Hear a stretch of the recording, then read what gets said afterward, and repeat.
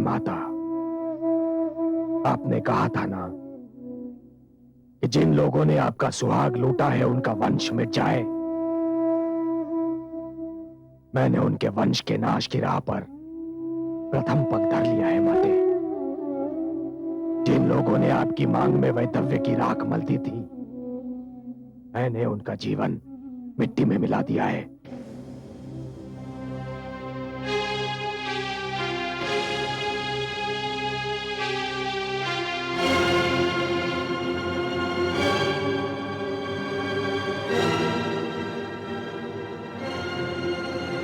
माता, अब तो आपके हृदय को शांति मिली।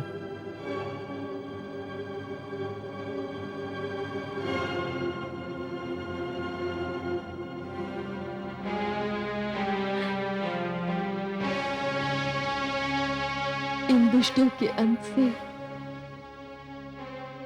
मेरा लुटा हुआ सुहाग तो नहीं मिल सकता पुत्र, किंतु मुझे हर्ष अवश्य है कि पाप और अन्याय को दंड मिल गया है। नहीं तो हर बलवान यही समझता कि निर्बल पर अत्याचार के विरोध का प्रचलन समाप्त हो चुका है। माता, मैं यही बात सिद्ध करना चाहता था माता, कि हर निर्बल पर अत्याचार करने वाला बलवान ये जान ले कि निर्बल और उसके बीच कोई परशुराम भी आ सकता है, जो उसका विरोध भी कर सकता है, उसका अंत भी कर सकता है। किंतु पुत्र, जब तक आवश्यकता ना हो विरोध ना ही करें तो अच्छा है। मैं तुम्हें दोष नहीं देती, किंतु यदि एक ऋषि पुत्र की दृष्टि से करुणा ही चली गई तो ये समस्त संसार के लिए बहुत ही दुखद घटना होगी। मुझे आज भी मेरे पति के सिद्धांतों से प्रेम है, और सत्य कहूं तो ये प्रेम अब और भी बढ़ गया है। माते, आप मुझे दोषी समझ रही हैं? नहीं पुत्र, मैं किसी को दोषी नहीं समझती, ना तुम्हें और ना ही अपने स्वर्गीय पति को। नियति के लेख को दोष देना व्यर्थ है। पर माता, कदाचित आपको ज्ञात नहीं है कि मैं इस संसार में एक निश्चित लक्ष्य लेकर आया हूं। अभी तो मुझे उन क्षत्रियों के रक्त से पिताश्री का तर्पण करना है माता, जिन्होंने समस्त ऋषिगण का जीवन नरक बना दिया था, जिन्होंने विद्यार्थियों के हाथों से पुस्तकें और आचार्यों से उनका धीरज छीन लिया था। माता, मैंने सरियानावत में जो कुंड बनाया है, उस कुंड को क्षत्रियों के रक्त से भरना है। मैंने आपको यह वचन दिया था माता, और वो वचन मैं अवश्य निभाऊंगा। माता, बस मुझे आपका आशीर्वाद चाहिए माता, आपका आशीर्वाद।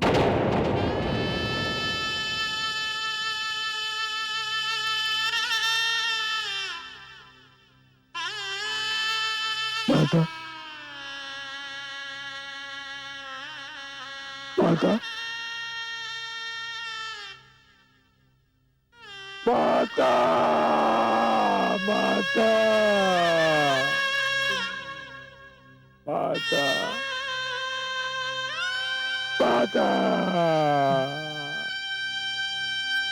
माता। अनुज, क्या हुआ इनको? माता हमें छोड़कर चली गई बंधु। नहीं, माते, माते, माते, माते, माते। नहीं बंधु, नहीं, अश्रु मत बहाओ। वीरांगना की मृत्यु पर अश्रु बहाना उसकी वीरता का अनादर करना है।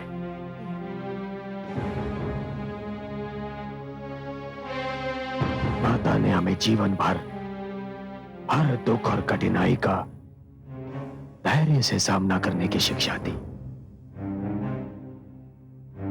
और ऐसी वीर स्त्री की आंखें बंद होते ही हम उसी की दी हुई शिक्षा को भुला देंगे? नहीं, नहीं। किंतु अब हम आशीर्वाद किससे मांगेंगे?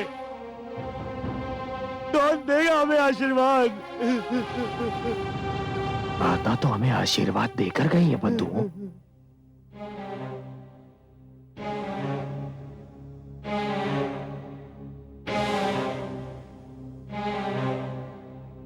और माता का आशीर्वाद यह है कि अब जब हम अत्याचार से युद्ध करें तो हमें यह ध्यान न रहे कि हमारी माता की सुरक्षा कौन करेगा। उन्होंने हमें अपनी सुरक्षा की चिंता से मुक्त कर दिया है, मुक्त कर दिया है, ताकि अब हमारे ध्येय पूर्ति के बीच कोई माता, कोई पिता या कोई अनामिका बाधा न बन जाए।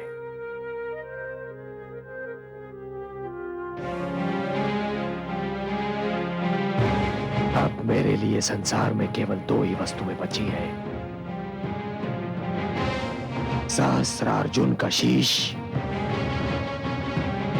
और मेरा परशु।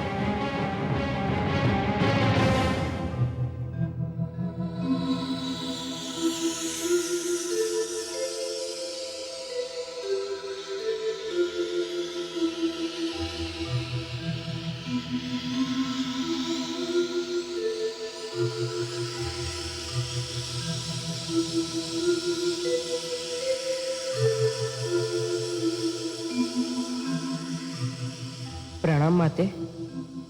आयुष्मान भव।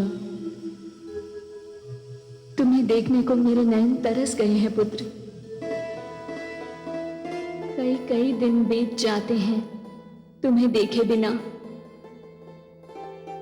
तुम क्या जानो माँ की ममता क्या होती है पुत्र। जानता हूँ माते, जानता हूँ मैं। माते, मैं आपकी ममता का ऋण नहीं चुका पा रहा हूँ।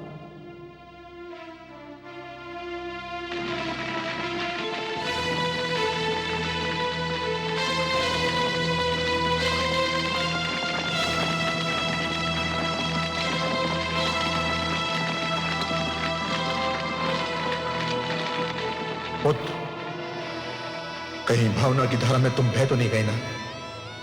तुम्हें अपना वचन स्मरण है ना?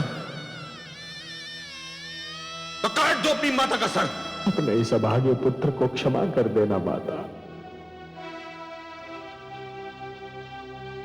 मैं वो करने जा रहा हूं जो आज तक किसी पुत्र ने नहीं किया होगा,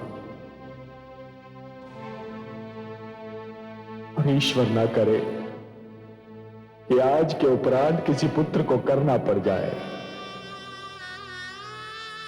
क्षमा माते, क्षमा।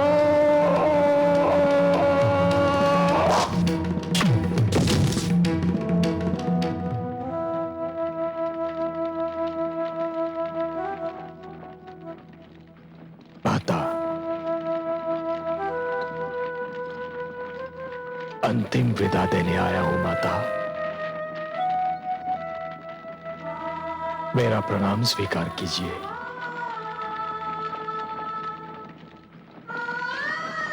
माता, मुझे संतोष तो है कि आपकी आत्मा पिताश्री की आत्मा से जा मिली होगी, परंतु ये न समझिए माता कि मैं वो मार्मिक दृश्य भूल गया हूं जब पिताश्री की मृत्यु पर आपने 21 बार अपनी छाती को पीट कर विलाप किया था। मैं एक एक करके 21 बार क्षत्रियों के रक्त से सरयानावर्त कुंड को भरूंगा और शत्रु के रक्त से पिताश्री और आपका तर्पण करूंगा।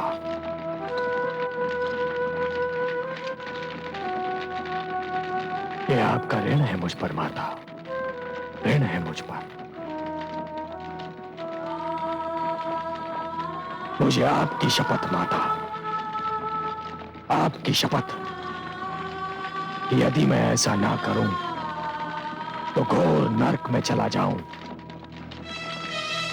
और ऋषि जमदग्नि तथा देवी रेणुका का पुत्र ना कहलाऊं।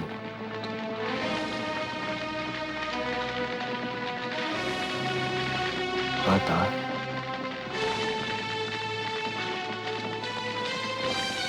आज अपने आप को एकदम अकेला महसूस कर रहा हूं माता,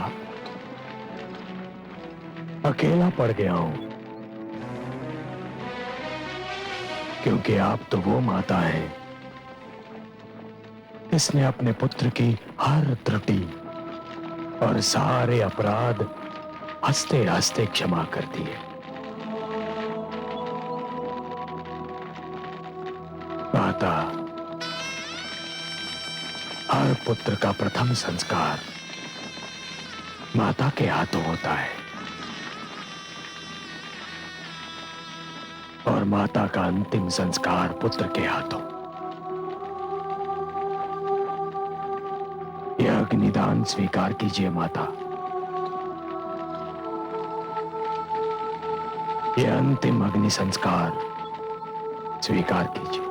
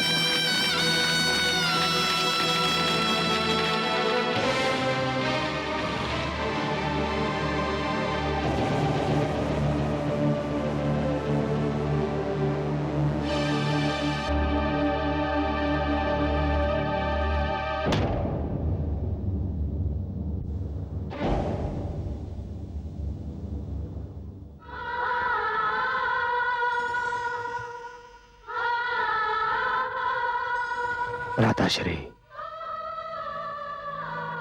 अधिकारों के इस महायज्ञ में पिताश्री की आहुति चढ़ गई। माताश्री ने भी अपने प्राण त्याग दिए। अब मुझे एक और जीवन की आवश्यकता है। मुझसे कहो अनुज, मैं दूंगा अपना जीवन।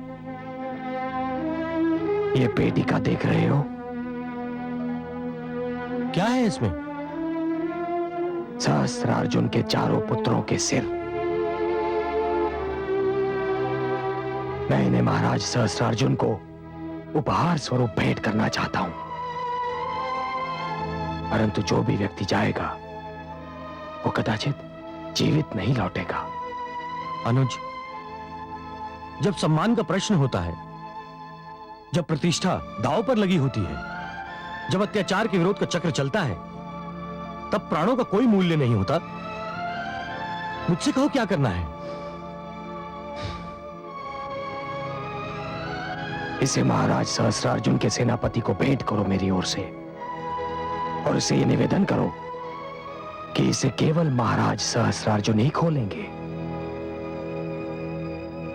सेनापति एक क्षत्रिय है और मेरा विश्वास है कि वो ऐसा ही करेगा, क्योंकि सहस्त्रार्जुन और उसके सारे सहयोगी ये जानते हैं कि आप युद्ध कला में प्रवीण नहीं हैं। आप तो केवल एक आचार्य हैं। कदाचित आपके प्राणों की रक्षा हो जाए, किंतु भ्राता, आपको अपने मस्तक पर मृतक वस्त्र बांधकर ही जाना होगा। मैं जाऊंगा अनुज, अवश्य जाऊंगा। यदि ये प्राण चले गए तो समझूंगा मात्र पितृ ऋण उतारने की चेष्टा तो की। भ्राता, ये कार्य स्वयं मैं भी कर सकता था, किंतु अनुज, तुम्हारा निर्णय उचित है। तुम्हें संपूर्ण युद्ध का संचालन करना है। सैनिक अनेकों होते हैं, किंतु सेनापति एक होता है। अनुज, भ्राता, मुझे अब चलना चाहिए। भ्राता, यशस्वी भव, यशस्वी भव।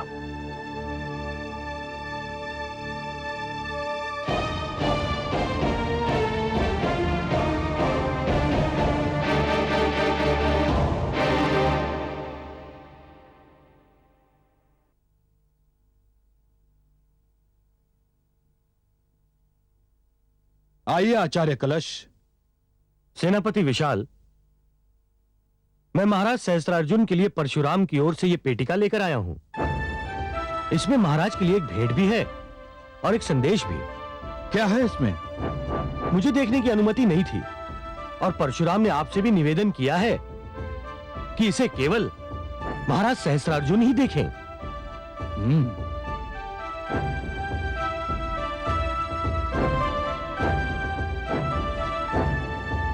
पेटिका की बनावट देखकर तो ऐसा लगता है कि परशुराम ने हमारे महाराज के लिए कोई अनमोल भेंट भेजी है और राज की सैनिक तैयारियां देखकर घबरा गया है परशुराम। एक सशस्त्र बड़ी सेना का सामना करना इतना सरल नहीं होता आचार्य कलश। यह पेटिका आप द्वारा लाई गई है, इसलिए मुझे इसमें कुछ भी संदेह योग्य नहीं लगता। मैं इस पेटिका को महाराज तक पहुंचा दूंगा। आप जा सकते हैं।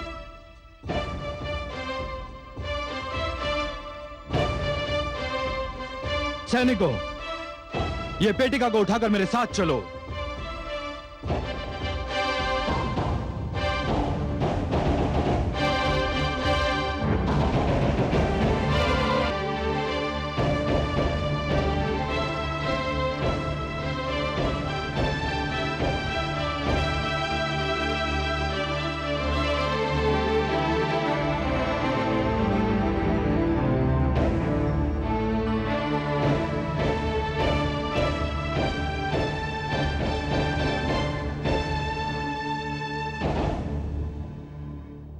कहो महामंत्री, कोई सूचना मिली कि हमारे चारों पुत्रों को जिन राज्यों में पहुंचना था, क्या वो वहां पहुंच गए? अब तक तो कोई सूचना नहीं मिली महाराज। यह तो बड़ी चिंता का विषय है। ऐसा नहीं है महाराज, कभी कभी सूचना का न मिलना ही अच्छी सूचना होती है। चारों राजकुमार सकुशल होंगे। ईश्वर करे ऐसा ही हो।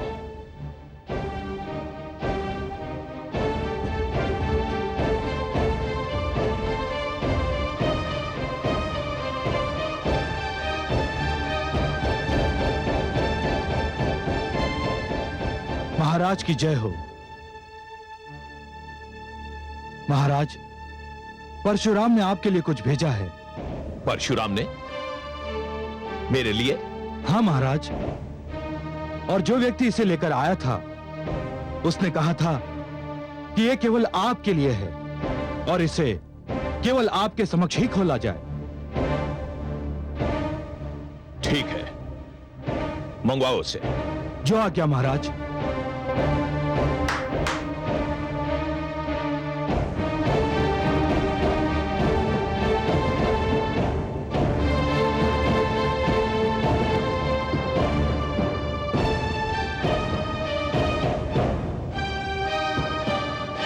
खोलो इसे।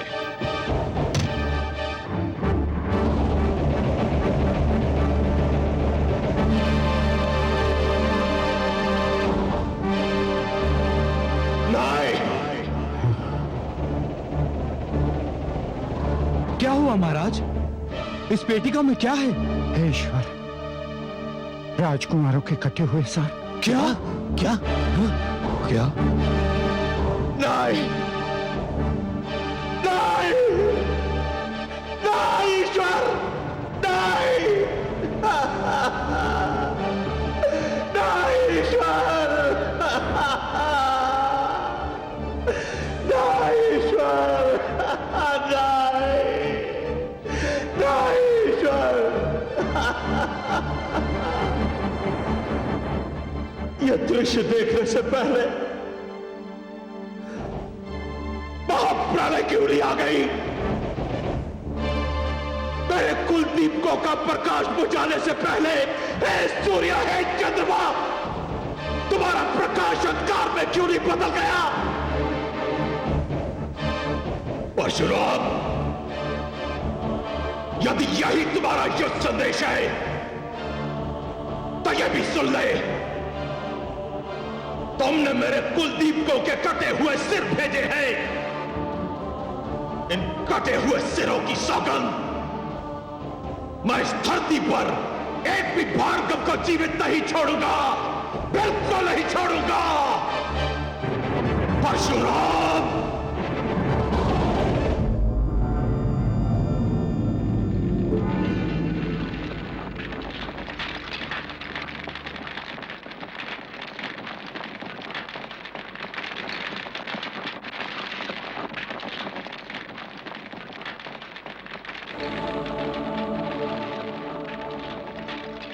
मैं अपने वंश के कुलदीपकों को बुझता हुआ देख चुका हूं। आज उनकी जलती हुई चिताएं भी देख रहा हूं। मेरे वीर पुत्रों, मैं नहीं जानता कि तुम्हें अपने कर्मों का दंड मिला है या तुम्हें मेरे कर्मों का दंड मिला है। मेरा दुर्भाग्य तो यह है कि मैं तो तुम चारों के मृत शरीर भी प्राप्त नहीं कर सका। तुम्हें अग्नि देने के पश्चात आज जीवन में पहली बार मैं पीछे मुड़कर देख रहा हूं पुत्रों। जीवन में पहली बार पीछे मुड़कर देख रहा हूं।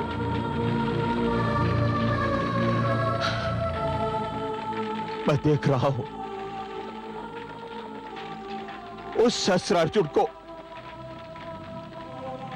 जो महान कृतवीर्य का पुत्र और जगत नियंता का पुत्र, सहस्त्र बाहुओं का बल रखने वाला। हां, यही भगवान दत्तात्रेय ने मुझे वरदान दिया था। मेरे तप से प्रसन्न होकर आज मैं सोच रहा हूं कि वो तपस्वी कहां चला गया। आज मैं सोच रहा हूं कि ये सम्राट मेरे अंदर कैसे प्रवेश कर गया। लोगों के जीवन की यात्रा संन्यास पर समाप्त होती है, परंतु मेरे जीवन की यात्रा तो संन्यास से प्रारंभ हुई थी।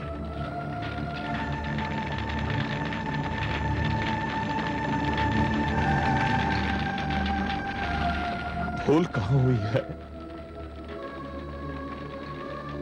ये भूल हुई है या मेरी पीड़ा, मेरी कुंठा मुझे ऐसा समझने पर विवश कर रही है? हे धरती, हे आकाश, है मेरे पितृ देवता, आज इस समय मैं निर्णय की घड़ी के समक्ष एक अपराधी की भांति खड़ा हूं। क्या यह सारा दोष मेरा ही है? आज मेरे अंदर घृणा का लावा जो इतना उबल रहा है, वो ना जाने कितने भार्गवों को अब तक निकल चुका है, और अब यही घृणा का लावा परशुराम को भी निकलना चाहता है।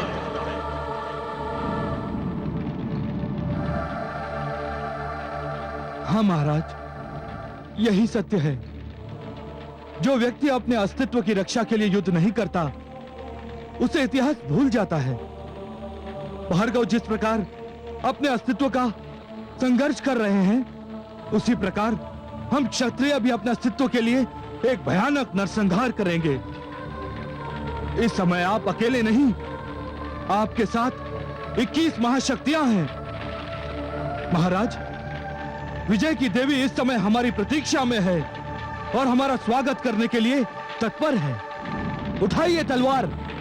सम्राट सदैव तलवार के बल पर शासन करते अच्छे लगते हैं, और फिर प्रतिशोध भी आपसे कुछ मांग रहा है, और वो 4 जलती हुई चिताएं भी आपसे कुछ मांग रही हैं। महाराज,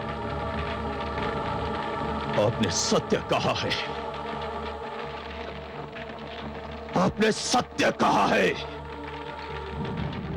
मैं आप लोगों का आभारी हूं। थोड़ी देर के लिए मैं पुत्र मोह में पीछे चला गया था। युद्ध होगा, भयानक युद्ध होगा, और भार्गवों की ऐसी अनेक चिताएं जलेगी, अवश्य जलेगी। युद्ध होगा।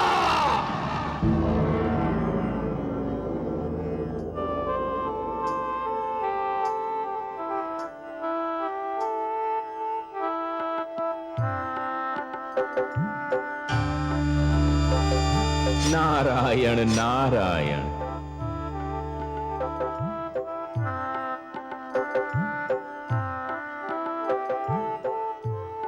बड़े अचरज की बात है, मैं तो अपने नारायण को उनके अंशावतार की और माता को उनके शिशु की वीरता के लिए बधाई देने आया था, जिनका जन्म उनके कर कमलों से हुआ था। किंतु नारायण के मुख पर गंभीरता की छाया देखकर मैं कुछ कहने का साहस नहीं जुटा पा रहा हूं। माता, आप ही मुझे बताइए, आप दोनों इतने शोकाकुल क्यों हैं? क्या कहें देवर्षि, जिन हाथों में संसार के सर्वोत्तम शस्त्र इसलिए दिए जाएं कि वो मानव जाति की रक्षा का भार संभाल सकें, मानवता के रक्षक बन सकें, यदि वही हाथ भ्रष्टाचार और अनैतिकता की दलदल में धंस जाएं, तो क्या मन को दुख नहीं होगा? आज हम दोनों के सिर लज्जा से झुक गए हैं। आपके मुख से निकले हुए शब्द बहुमूल्य हैं माते, किंतु मैं इन शब्दों का अर्थ समझने में स्वयं को असमर्थ पा रहा हूं। आप किन हाथों की चर्चा कर रही हैं? अपने प्रपौत्र के हाथों की। आपका प्रपौत्र? माते, मैं अब भी नहीं समझ पा रहा हूं, आप किसके विषय में बात कर रही हैं? सहस्रार्जुन के विषय में, और किसके? ठहरिए माते, आप मुझको जितना शक्तिशाली समझ रही हैं, मैं उतना हूं नहीं। मुझे इस झटके से संभलने दीजिए। सहस्रार्जुन आपका पपौत्र है? मेरे लिए तो यह सूचना है माते। हाँ देवर्षि, ये बात बहुत कम लोगों को ज्ञात है। यूं तो मेरे कमल नयन बहुत ही कृपालु, दयालु हैं। इनके मन में मेरे लिए अथाह प्रेम है, किंतु एक बार ये मुझसे क्रोधित हो गए, और क्रोध में आकर इन्होंने मुझे अश्व प्रजाति में जन्म लेने का श्राप दे दिया। फिर क्या हुआ माते? सो मैंने अश्व प्रजाति में जन्म लिया, किंतु इनको भी मेरे बिना चैन कहां। थोड़े ही दिनों के पश्चात इन्होंने स्वयं भी अश्व प्रजाति में जन्म लिया और मुझसे विवाह किया। नारायण नारायण। आज तो लग रहा है मेरे मस्तिष्क में भूकंप आ रहा है। ये मैं क्या सुन रहा हूं माते? ये सत्य है। विवाह के उपरांत हमारे एक पुत्र हुआ, कृतवीर्य। सहस्रार्जुन उसी कृतवीर्य का पुत्र है, तो फिर वो हमारा प्रपौत्र हुआ ना। इतने महान पिता का इतना आतताई पुत्र। यही तो दुख की बात है देवर्षि। सहस्रार्जुन आरंभ में बहुत सुशील और चरित्रवान था, परंतु जैसे ही मैंने दत्तात्रेय के रूप में उसे सहस्रबाहु होने का वरदान दिया, उसने तो अपने जीवन का मार्ग ही परिवर्तित कर दिया। सर्वेश्वर ने उसे सहस्त्रबाहु इसलिए दिए थे कि वो अपने सहस्त्र हाथों से मानवता की रक्षा करेगा, किंतु उसने अपने हाथों में ऐसे शस्त्र थाम लिए जिनमें अनैतिकता, भ्रष्टाचार और अन्याय की दुर्गंध बसी हुई थी। ऐसे अत्याचारियों का तो अंत होना ही चाहिए। वो तो होकर रहेगा, किंतु दुख की बात यह है देवर्षि कि उसका अंत स्वयं मुझे करना होगा। कितना दुर्भाग्य है ना देवर्षि कि अपनों को अपनों के ही हाथों दंड मिलेगा। किंतु मैं कर भी क्या सकता हूं? उसने जमदग्नि जैसे महान ऋषि को कष्ट दिया, समस्त ऋषिगण का जीवन नरक बना दिया, विद्यार्थियों का जीना दूभर कर दिया। मुझे उसका वध तो करना ही होगा।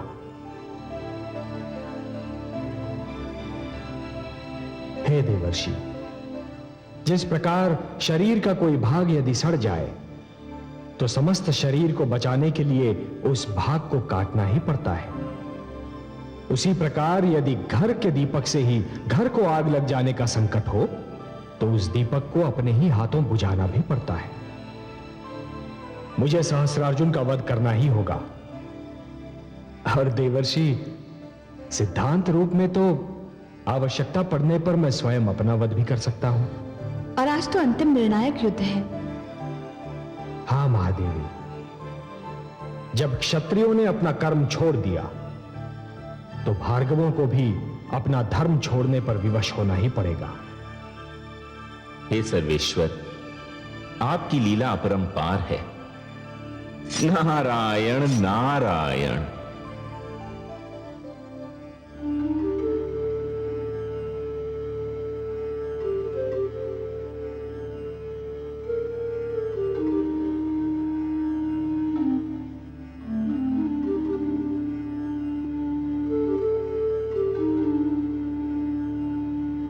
मैं तुम्हारे विचारों से सहमत नहीं हूं पुत्र, किंतु मुझे अभी यह लगता है कि तुम अधीर हो उठे हो। तुम धैर्य से कार्य नहीं ले रहे हो पुत्र। आप जिसे धैर्य कहते हैं, मुझे उस पर आत्महत्या का संदेह होता है। मुझे मृत्यु से डर नहीं लगता पिताश्री, किंतु मैं उस मृत्यु के नाम से भी घृणा करता हूं जो केवल इसलिए आ दबोचे कि हमने जीने का प्रयत्न ही नहीं किया था।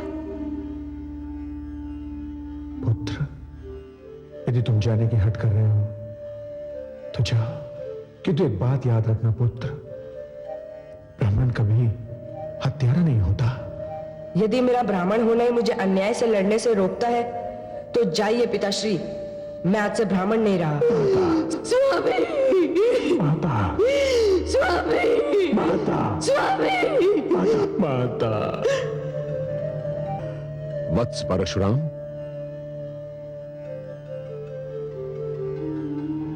ब्रह्मर्षि वशिष्ठ, चरण वंदन। कल्याणमस्तु। किन विचारों में खोए हुए थे वत्स? ब्रह्मर्षि, मैं अपने बाल्यकाल से माता रेणुका के निधन तक की एक एक घटना का मूल्यांकन करने की चेष्टा कर रहा था। मेरा सौभाग्य कि आपके दर्शन हुए। आप कब आए ब्रह्मर्षि? अभी अभी। वत्स परशुराम, जीवन के मार्ग पर चलते हुए हर नई घटना का मूल्यांकन करते समय पीछे मुड़कर अवश्य देख लेना चाहिए। जिस प्रकार वनराज सिंह हर 10 पग चलने के पश्चात पल भर को रुकता है, स्थिति को आंकता है और फिर पीछे मुड़कर देखता है। हे ब्रह्मर्षि, जीवन संग्राम में जूझते जूझते मेरा बाल्यकाल तो खो गया और आयु के रथ के पहिए में मेरे युवा काल का उत्तरीय इस प्रकार उलझ गया है ब्रह्मर्षि कि मैं समझ नहीं पा रहा हूं कि क्या करूं। काल का पहिया रुक नहीं सकता और उत्तरीय बचाने का निर्णय मुझे बड़ी शीघ्रता से करना होगा। हे ब्रह्मर्षि, आप ही बताइए कि कहीं मैं सहस्रार्जुन से असीम घृणा के कारण कोई पाप या कोई अनर्थ तो नहीं कर रहा। मुझे प्राण लेने या प्राण देने का निर्णय करना है ब्रह्मर्षि, मेरी सहायता कीजिए। बड़ा ही शुभ हुआ वत्स परशुराम कि मैं तुमसे मिलने आ गया। तुम्हें भ्रमित होने की कोई आवश्यकता नहीं है। क्योंकि युद्ध को निमंत्रण तुमने नहीं दिया, अन्याय को जन्म तुमने नहीं दिया और यह व्यवस्था तुमने नहीं बनाई। हे परशुराम, इस पृथ्वी पर जो भी प्राणी आता है उसमें परमात्मा का अंश होता है और यह ईश्वर की वाणी है कि अन्याय सहने वाला अन्याय करने वाले से अधिक बुरा होता है। पाप कर्म होता देखकर जो उसका प्रतिरोध नहीं करता वो महापापी होता है। परशुराम, सत्य तुम्हारे साथ है, न्याय तुम्हारे साथ है, धर्म तुम्हारे साथ है। वत्स परशुराम, तुमने जो पग उठाया है वो उचित है, न्याय संगत है और मेरा ही नहीं अपितु समस्त ऋषि समाज का समर्थन तुम्हें प्राप्त है। उठो भार्गव वीर, संशय की दीवार को गिरा दो, भ्रम की चादर को चीर डालो और हे क्रांति के महानायक परशुराम, इस अन्याय को सदा सदा के लिए इस पृथ्वी से निर्मूल कर दो, समाप्त कर दो।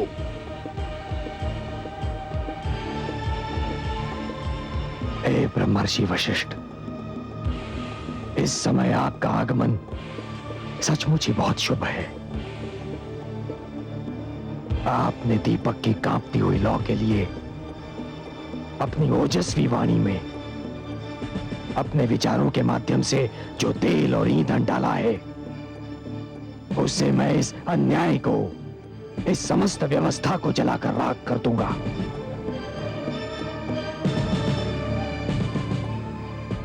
मुझे आशीर्वाद दीजिए। विजयी भव।